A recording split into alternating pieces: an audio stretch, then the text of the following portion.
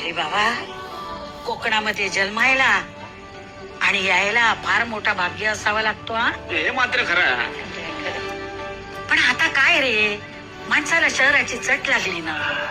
गावाकडे कोण फिरकतच नाही. शहरातला माणूस कसा गावाकडे आला की त्याला फार आनंद होतो बघ.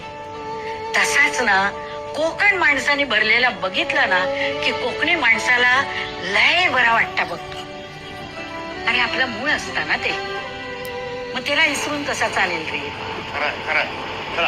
कोकणची माणसं साधी भोळी, कोकणची माणसं साधी भोळी, काळजात त्यांच्या भरली शहाळी, त्यांच्या काळजात भरली शहाळी, त्यांच्या काळजात भरली शहाळी.